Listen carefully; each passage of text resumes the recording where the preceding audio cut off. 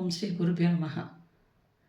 மகாளமுகி பகை விலக்கி வளம் தரும் மகாளமுகி. இது கோயிலேருந்து எங்கே இருக்குன்னு நேற்றுக்கு பார்த்தோம். இந்த அம்மன் உருவான கதையை நம்ம இப்போ தொடர்ந்தாப்பில் பார்க்க போகிறோம். இந்த மகாளமுகி தசமகா வித்தியில் 8வது வித்தியை தான் மகாளமுகி.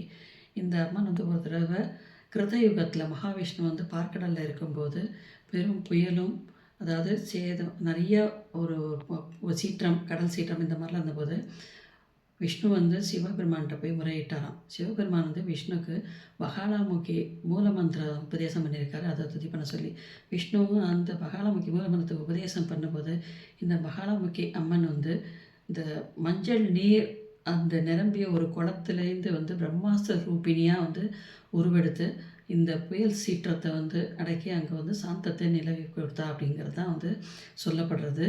இப்போ நம்ம பண்ணக்கூடிய இந்த பஞ்சமகா வித்தியில் ஸ்ரீவித்யா, பகலமுகி, காலராத்திரி, ஜெயதுர்கா, சின்னமஸ்தா இந்த 5 இதில் 2ஆவதாக இடம்பெறது தான் பகலமுகி. இந்த தேவர்களுக்கும் அசுரர்களுக்கும் சண்டை நடந்தபோது தேவர்கள் ஜெயிச்சான்றது எல்லாருக்கும் தெரியும். அசுரர்கள் என்ன பண்ணால் மிச்சம் இருக்கிறவா இறந்து போன அசுரர்களோட உடம்பு, கண்ணு, காது இதெல்லாம் ஒரு இடத்துல புதைச்சி அதுக்கு துர்சக்தி இது பண்ணி கொடுத்துட்டா தேவர்களை எதிர்த்து.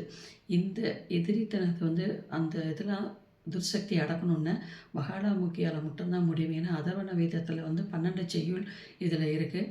இதில் சொல்லக்கூடியது வலகனம்னு பேர். அந்த வல்கா அப்படின்னாலே லகான்னு பேர், குதிரையோட கடிவாளம். அந்த துர்சக்தியை அடக்கக்கூடிய இடம்தான் இந்த மகாளமுகியோட அந்த சோஸ்திரம். இந்த ஸ்தலத்தில் இதோட பெருமை என்னென்னா சதுர்தசி தொகுதியில் விரும்பாசுர யஜ்ஞம்னு ஒன்று பண்ணுறா.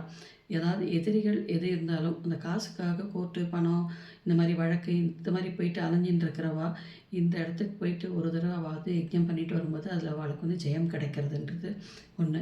இந்த துர்சக்திகளையும் அவள் அடக்கி தேவர்களுக்கு காப்பாற்றி கொடுத்தா இந்த மகாளமுகி அப்படிங்கிறது சொல்லப்படுறது. இந்த கலியுகத்தில் மனுஷனோட சக்தி எப்போ குறையுதோ அது மஞ்சள் நிறமாக மாறிடுறது அப்படின்னு. அதே மாதிரி வர்ணங்களும் எப்போ சக்தி குறையுறதோ அது எல்லாமே மஞ்சள் வர்ணமாக மாறிடுமா. இந்த மாதிரி மாறும்போது அந்த இடத்துல மகாளமுகி நின்று திருப்பி அந்த நல்ல சக்தியை உருவாக்கி அங்கே தர்மத்தை நிலைநாட்டுறா அப்படிங்கிறது தான் இந்த மகாளமுகியோட பரிபூர்ண ஒரு இதுவே. இந்த கோவிலை ஒருத்தர் அம்மனை அவருக்கு கனவுல தோன்றி இடம் கட்ட சொல்லி இது பண்ணியிருக்கா.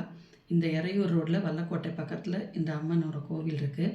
இந்த அம்மனுடைய கையை பார்த்தேன்னா எதிரியோட நாக்கை அவள் கையில் பிடிச்சின்னு இருப்பா.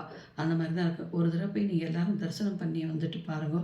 நிச்சயமாக வாழ்க்கையில் ஒரு திருப்பு கண்டிப்பாக இருக்குங்கிறது நிதர்சனமான உண்மை.